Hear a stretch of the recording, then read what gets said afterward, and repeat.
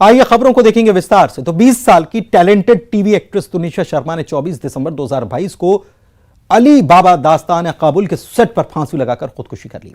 इस मामले में उनके एक्स बॉयफ्रेंड और को स्टार शीजान मोहम्मद खान को आत्महत्या के लिए उकसाने के लिए गिरफ्तार कर लिया गया।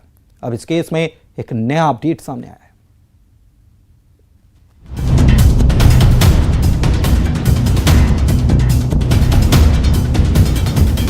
टीवी एक्ट्रेस तुनिशा शर्मा मौत मामले में उनके को स्टार शीजान खान को वसई अदालत ने 4 दिन के पुलिस रिमांड में भेज दिया है। पुलिस ने शीजान को आईपीसी की धारा 306 यानी आत्महत्या के लिए उकसाने के आरोप में गिरफ्तार किया था। मौत से ठीक पहले 20 साल की तुनिशा एक म्यूजिक वीडियो शूट करने के लिए सेट पर मौजूद थी। सेट पर मौजूद लोगों ने पुलिस को बताया कि वो बिल्कुल नॉर्मल थी। 5 घंटे पहले ही उन्होंने इंस्टाग्राम पर अपनी फोटो और कुछ नोट शेयर किए थे, जिसमें उन्होंने लिखा था, जो अपने जुनून से आगे बढ़ते हैं वे रुकते नहीं हैं। कुछ देर बाद ही उनका शव फंदे से लटकता मिला था। तुनिशा ने कटरीना कैफ की फिल्म और फितूर में उनके बचपन का किरदार निभाया था। इसके अलावा वो अली बाबा दास्ताना काबुल में शहजादी मरियम की भूमिका कर रही थी। बार बार देखो कहानी 2, दबंग 3 जैसी फिल्मों में भी बतौर बाल कलाकार उन्होंने काम किया था। फिलहाल पुलिस इस केस की तफ्तीश कर रही है। जो पोस्टमार्टम की रिपोर्ट आई है उसको देखकर क्या लग रहा है आप लोग को? पोस्टमार्टम में तो क्लियर कट हैंगिंग आया है। Cause of death date due to hanging आया है और वो हैंगिंग ही है। और जो ब्रेकअप करने के बाद तुनिशा काफ़ी डिप्रेस थी, उसको लेकर एक कदम उठाया गया है, ऐसा भी कहा जा रहा है। उसके माँ ने कंप्लेन तो दी है ना, उसमें बताया है कि ब्रेकअप होने के बाद वो नाराज थी और उसमें उसने ये कदम उठाया, इसके लिए तो कंप्लेन दर्ज है। पुलिस इस मामले की हर एंगल से जांच कर रही है। सेट पर मौजूद लोगों, तनिषा के परिवार वालों और करीबियों के बयान लिए गए हैं। परिवारजनों का कहना है कि शीजान कुछ न कुछ छुपा रहा है। अब वो बता सकते हैं दोनों की क्या बात हुई है, उन दोनों के बीच में क्या था क्या नहीं। तो आपको लग रहा है कि जो शीजान है वो कुछ ना कुछ छुपा रहा है? बहुत छुपा रहा है सर, वो तो छुपा रहा है। उसकी इंटरोगेशन होगी, वो कस्टडी में जाएगा तो नेचुरली कुछ ना कुछ चीजें बाहर आएंगी। उधर शीजान खान के वकील का कहना है कि उनके क्लाइंट पर लगे सभी आरोप बेबुनियाद हैं और सिर्फ संदेह के आधार पर लगाए गए हैं। जान गया है, इसलिए कोर्ट अपना काम कर रहा है, हम अपना काम कर रहे हैं, आप लोग अपना। 4 दिन की कस्टडी दी गई है क्या? जी, 4 दिन की कस्टडी दी गई है, उसमें पिक्चर क्लियर हो जाएगा। अगर कुछ रहेगा तो पुलिस इन्वेस्टिगेट करेगी। पर आत्महत्या के लिए उकसाने का केस है। नहीं, ऐसा देखिए, आज कोई भी अगर ऐसा होता है तो इंस्टिगेशन लगता है, ठीक है। उसके ऊपर ऐसा लगाया गया है, ऐसा उसने कुछ किया नहीं। छोटी सी उम्र में अपनी पहचान बनाने वाली तुनिशा को अली बाबा दास्तान काबुल में शहजादी मरियम के रोल से पॉपुलैरिटी मिली थी। 4 जनवरी 2022 को चंडीगढ़ में पैदा हुई तुनिशा को बचपन से एक्टिंग का शौक था। अपने बर्थडे से कुछ दिन पहले इतना बड़ा कदम उठाकर अपने परिवार और चाहने वालों को जिंदगी भर का गम दे दिया है। Bureau report, news 18। आरक्षण संशोधन विधेयक पर राजभवन से पूछे गए 10 सवालों के जवाब सरकार ने भेज दिए हैं। सीएम भूपेश बघेल कह रहे हैं कि अब गवर्नर को बिल पर साइन करने में देरी नहीं करना चाहिए, लेकिन गवर्नर अनुसुईया उइके कह रही हैं कि जब वो जवाब से संतुष्ट होंगी उसके बाद ही वो साइन कर पाएंगी। आरक्षण संशोधन विधेयक पर राजभवन और सरकार के बीच मची खींचतान के बीच आखिरकार सरकार ने जवाब भेज दिया है। विधानसभा से पास होने के बाद बिल को संवैधानिक मान्यता के लिए राज्यपाल के पास भेजा गया था। इस नए बिल में कुल 76% आरक्षण का प्रावधान है। राज्यपाल अनुसुईया उइके ने बिल पर साइन करने से मना करते हुए कहा कि अगर ये मामला कोर्ट में गया तो सरकार 76% आरक्षण का बचाव कैसे करेगी, वो भी तब जब हाल ही में कोर्ट ने 58% आरक्षण के प्रावधान को अवैधानिक करार दिया था। राजभवन ने इस बिल को लेकर 10 सवालों की लिस्ट सरकार को भेजी थी और जवाब भी मांगा। हालांकि इसे लेकर काफी सियासी हंगामा मचा और कांग्रेस की तरफ से आरोप भी लगाया गया कि बीजेपी के इशारे पर बिल को रोका जा रहा है। हालांकि तमाम वाद विवाद के बीच सरकार ने 10 सवालों के जवाब भेज दिए हैं। सीएम भूपेश बघेल का कहना है कि अब राज्यपाल को बिल पर साइन कर देना चाहिए। राज्यपाल को जवाब भेज दिया गया है। हालांकि संविधान में ऐसी व्यवस्था नहीं है, लेकिन राज्यपाल जी ने विभागों से जानकारी लेनी चाहिए, जवाब भी भेज दिया गया है। अब तो उन्हें हस्ताक्षर कर देना चाहिए। उन लोगों का जब तक जवाब नहीं मिलेगा तब तक हस्ताक्षर नहीं करूंगे। तो जवाब भेज दिया गया, अब तो हस्ताक्षर हो जाना चाहिए। उधर राज्यपाल का कहना है कि सरकार के जवाब के सभी बिंदुओं की स्टडी की जाएगी और जवाब से संतुष्ट होने के बाद ही साइन किए जाएंगे। अब मैं देखूंगी, क्योंकि आज छुट्टी पड़ गई, मेरे पास तो आया नहीं। वो जवाब देखने के बाद भी मैं ये देखूंगी कि ऐसा नहीं कि 4 लाइन का 10 लाइन का पत्र लिख दिया और हमने जवाब दे दिया।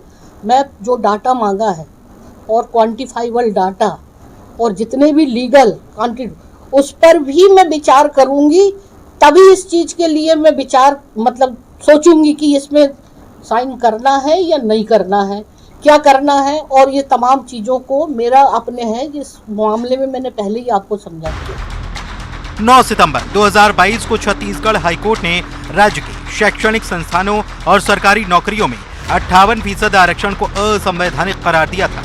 पीठ ने कहा था कि आरक्षण की सीमा को 50% से अधिक नहीं बढ़ाया जा सकता। कोर्ट के इस फैसले के बाद आदिवासी आरक्षण 32% से घटकर 20% हो गया था, जिसे लेकर आदिवासी समाज में काफी नाराजगी थी। अब संशोधित बिल में आदिवासियों को फिर 32% आरक्षण दिया गया है, लेकिन साथ ही ओबीसी आरक्षण को भी 14 से बढ़ाकर 27% कर दिया गया है और कुल आरक्षण 76% तक पहुंच चुका है। Bureau report, news 18, Raipur. इधर संविदा स्वास्थ्य कर्मियों के बाद अब मध्य प्रदेश में ओल्ड पेंशन स्कीम लागू करने के लिए भी आंदोलन शुरू हो चुका है। चुनावी सीजन में कांग्रेस ओल्ड पेंशन स्कीम के साथ खड़ी है, लिहाजा मध्य प्रदेश में new movement for old pension संघ ने एक नया नारा दिया है, पेंशन नहीं तो वोट नहीं। नियमित नौकरी की मांग को लेकर संविदा स्वास्थ्य कर्मचारियों का आंदोलन भी जारी है और इस बीच ये नया मूवमेंट सरकार के लिए चुनावी साल में बड़ी चुनौती बन गया है। चुनावी दंगल और पुरानी पेंशन दोनों का कोई नाता तो नहीं, फिर भी हल्ला मचा है। राज्यों के चुनाव में ओल्ड पेंशन स्कीम का वादा एक बड़ा शगुफा बन चुका है। चुनावी वादों में पुरानी पेंशन की बहाली पर जमकर सियासत हो रही है। पेंशनधारी कर्मचारियों का बड़ा वर्ग है, जिन्हें लुभाने के लिए सियासी दलों ने ओल्ड पेंशन स्कीम की मांग को हवा दी है। मध्य प्रदेश में ओल्ड पेंशन स्कीम की मांग को लेकर आंदोलन चलाया जा रहा है, जिसे लेकर कांग्रेस का पूरा support. New movement for old pension संघ के बैनर तले चलाए जा रहे इस आंदोलन का नारा है, पेंशन नहीं तो वोट नहीं। मुख्यमंत्री जी तक हमारा मैसेज जाना चाहिए कि हमें पेंशन बहाली चाहिए, वरना 2023 में हम लोगों ने एक नारा बना दिया कि पेंशन नहीं तो वोट नहीं। यदि हमें पेंशन प्राप्त नहीं होगी 2023 में इसका हिसाब बराबर करेंगे। इस आंदोलन के सपोर्ट में कांग्रेस नेता भी बढ़ चढ़कर बोल रहे हैं। कांग्रेस का चुनावी वादा है कि अगर सरकार बनी तो ओल्ड पेंशन स्कीम लागू की जाएगी।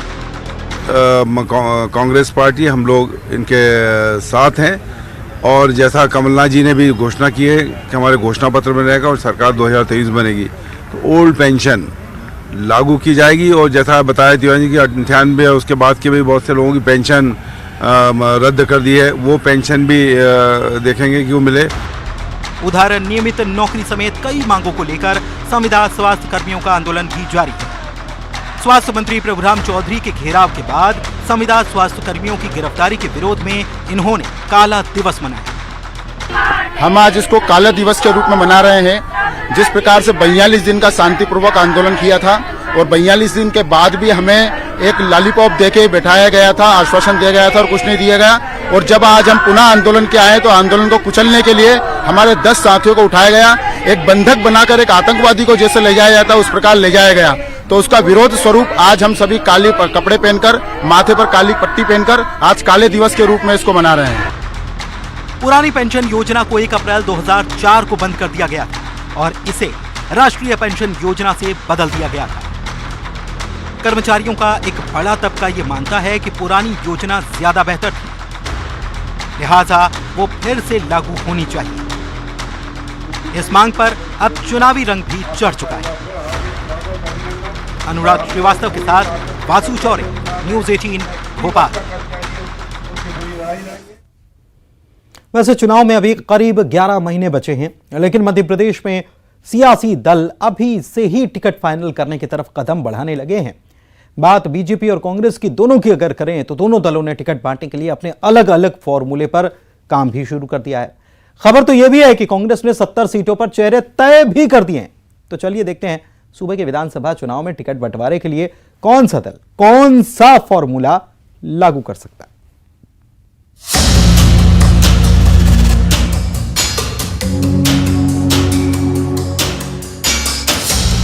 चुनावी रणनीति का सबसे बड़ा हिस्सा होता है टिकट बंटवारा। इलेक्शन की प्लानिंग और कैंपेन कितना भी मजबूत हो, अगर कैंडिडेट सही नहीं तो फिर सब बेकार। यही वजह है कि चुनाव से 11 महीने पहले ही मध्य प्रदेश में सियासी दलों ने टिकट पर काम तेज कर दिया। बात कांग्रेस की करें तो खबर यह है कि पार्टी ने 70 सीटों पर उम्मीदवार तय कर लिए हैं। इस बार कांग्रेस की प्लानिंग 50 से ज्यादा पार्टी पदाधिकारियों को भी चुनावी मैदान में उतारने की है। वहीं मौजूदा विधायकों को कांग्रेस दोबारा मौका देगी। पूर्व मंत्री पीसी शर्मा का कहना है कि कमलनाथ फॉर्मूले में खरे उतरने वाले चेहरों के टिकट पक्के हैं। कांग्रेस जल्द ही सभी सीटों पर उम्मीदवार फाइनल करेगी। देखिए, विधायक जो होता है उसका टिकट तो लगभग पक्का रहता है, और उसमें कोई ऊंच नीच हो जाए तो बात अलग है, क्योंकि वो जितने भी काम होते हैं, ये कांग्रेस में कोई गुजरात पैटर्न नहीं रहता है। यहाँ Congress pattern, Madhya Pradesh pattern, Kamalnath pattern, Rahul Gandhi pattern, ये चलता है। कांग्रेस के पास कमलनाथ फॉर्मूला है, लेकिन क्या बीजेपी गुजरात फॉर्मूले पर काम करेगी? ये एक बड़ा सियासी सवाल है। बीजेपी का कहना है कि पार्टी का मकसद बड़ी जीत है, लिहाजा सभी 230 सीटों पर जिताऊ कैंडिडेट को टिकट दिया जाएगा। सर्वे पर मौजूदा विधायकों को परफॉर्मेंस के आधार पर टिकट काटने या बांटने का फैसला कर लिया जाएगा। कि भाई हम लोग इस बार भी अच्छे बड़े बहुमत से सरकार बनाएंगे, और ये तैयारी हमारी काफ़ी लंबे समय से, सर्वे भी हुए हैं, और अगर टिकट कटते हैं तो स्वाभाविक रूप से भारतीय जनता पार्टी कोशिश करती है कि 230 टिकट अगर दिए हैं तो 230 के 30 जीतें।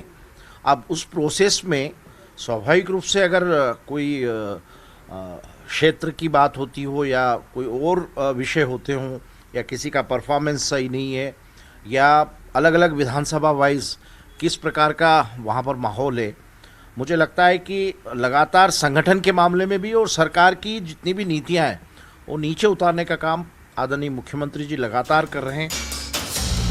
गुजरात और मध्य प्रदेश दोनों ही राज्य बीजेपी का गढ़ माने जाते हैं, लेकिन पिछले चुनाव में कांग्रेस ने एमपी में वापसी की थी। हालांकि सरकार ज्यादा दिन चली नहीं, क्योंकि सिंधिया के साथ उनके समर्थक विधायकों ने बीजेपी का दामन थामा, और ऐसे में कांग्रेस को फिर से वापसी की उम्मीद है और बीजेपी भी जीत के फॉर्मूले पर काम कर रही है। अनुराग श्रीवास्तव, न्यूज़ 18 भोपाल। और अब बात एक ऐसे मंत्री की जो पहले भी अपने जो अंदाज है, अलग अंदाज, उसके लिए सुर्खियों में रहे हैं। बात हो रही है ऊर्जा मंत्री प्रद्युम्न सिंह तोमर की। पहले भी चप्पल छोड़ चुके हैं, फिर उन्होंने चप्पल छोड़ दी थी। आज तोमर को केंद्रीय मंत्री ज्योतिरादित्य सिंधिया ने चप्पल पहनाई। सिंधिया समर्थक मंत्री प्रद्युम्न सिंह तोमर ने 66 दिन पहले चप्पल छोड़ी थी और आज उन्होंने चप्पल पहन ली, और वजह थी ग्वालियर शहर की सड़कें, जिसके निर्माण में देरी को लेकर उन्होंने यह फैसला लिया था।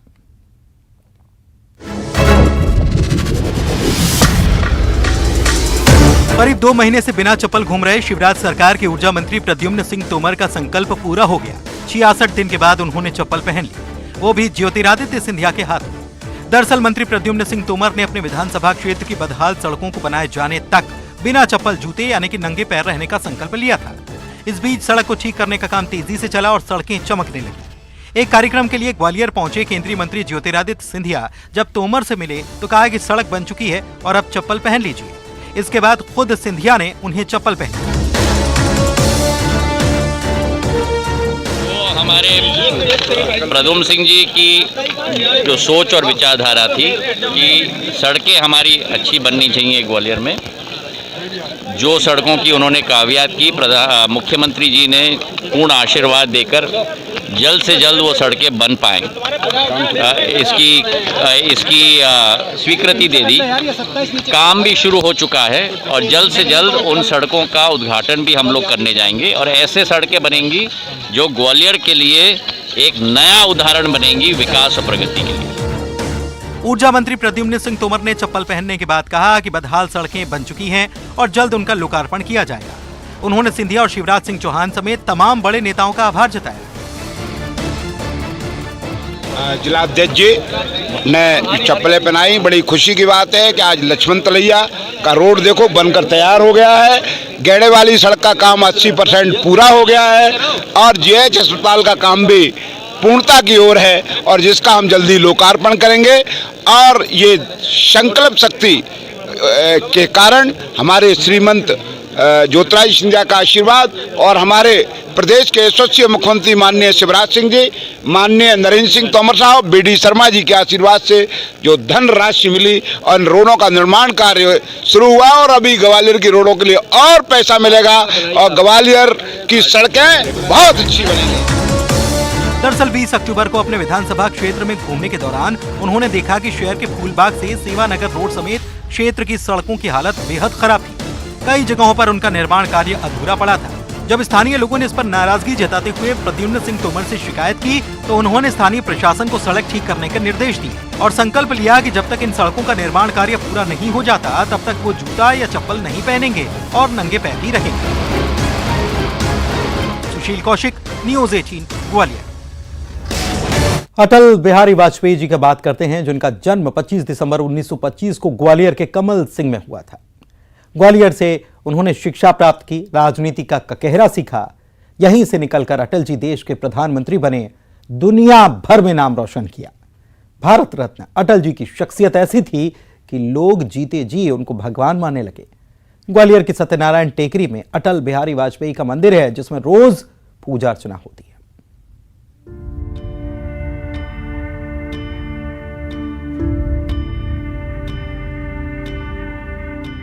मेरे प्रभु, मुझे इतनी ऊंचाई कभी मत देना कि गैरों को गले ना लगा सकूं। इतनी रुखाई कभी मत देना। ये अटल जी की लोकप्रिय कविता उनकी जिंदगी और सोच को दर्शाती है।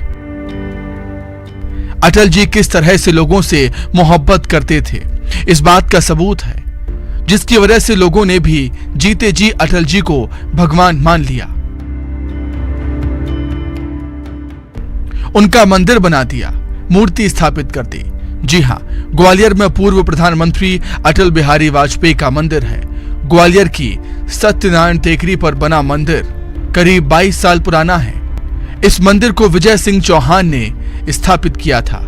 अटल जी की शख्सियत इतनी बड़ी थी, इसका गवाह है ग्वालियर की सत्यनारायण टेकरी पर बना यह मंदिर। एक आदर्श नेता की हैसियत से अटल जी का मंदिर बनाया गया है। और अटल जी, चूंकि ग्वालियर में जन्म है अटल जी का, शिंदे की छावनी, तो अटल जी का इतिहास भी यहाँ से जुड़ा रहे, बना रहे, इस दृष्टि से ये मंदिर बनाया गया। ये इसलिए बनाया गया कि अटल जी का भी जन्म यही है। अटल जी की शख्सियत इतनी बड़ी थी, इसका गवाह है ग्वालियर की सत्यनारायण टेकरी पर बना यह मंदिर। अटल जी के जीवन काल में ही इस मंदिर को बनाया गया था। इस टेकरी पर अटल जी अक्सर आते थे और यहाँ बैठकर पढ़ते थे, दोस्तों के साथ खेलते थे। लिहाजा उनकी यादों को संजोए रखने के लिए इस जगह पर उनके चाहने वालों ने उनका मंदिर स्थापित कर दिया। और इस पहाड़ी पर जब विद्यार्थी थे तो पढ़ने यहाँ आते थे, बैठकर पढ़ते थे। तो माननीय अटल जी ग्वालियर से जुड़े हुए हैं। उनका व्यक्तित्व एक ऐसा व्यक्तित्व रहा है कि पूरे भारत में उन्हें एक आदर्श नेता के तौर पर माना देखा गया है। तो ग्वालियर में ये मंदिर पहला मंदिर है और अटल जी के व्यक्तित्व को आने वाली पीढ़ी जानती समझती रहे, इसलिए मंदिर बनाया गया। मंदिर के स्थापक के मुताबिक इस मंदिर निर्माण के पीछे मंशा यही थी कि अटल जी की महानता को आने वाली पीढ़ियां समझें। अटल जी को चाहने वाले बुजुर्ग से लेकर बच्चे यहाँ जुटते हैं। लोग इस मंदिर में यही कामना करते हैं कि उनके बच्चे अटल जी की तरह बने। तो वहीं युवा यहाँ आकर अटल जी के आदर्शों पर चलने का संकल्प लेते हैं।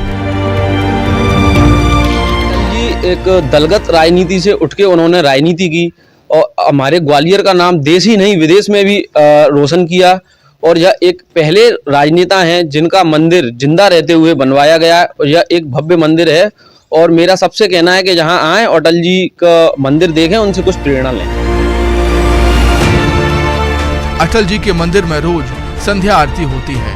अटल जी के जन्मदिन पर विशेष पूजा और सर्वधर्म प्रार्थना की जाती है। ग्वालियर से सुशील कौशिक, न्यूज़ 18, मध्य प्रदेश, छत्तीसगढ़। और इसी के साथ बुलेटिन में इतना ही। नमस्कार।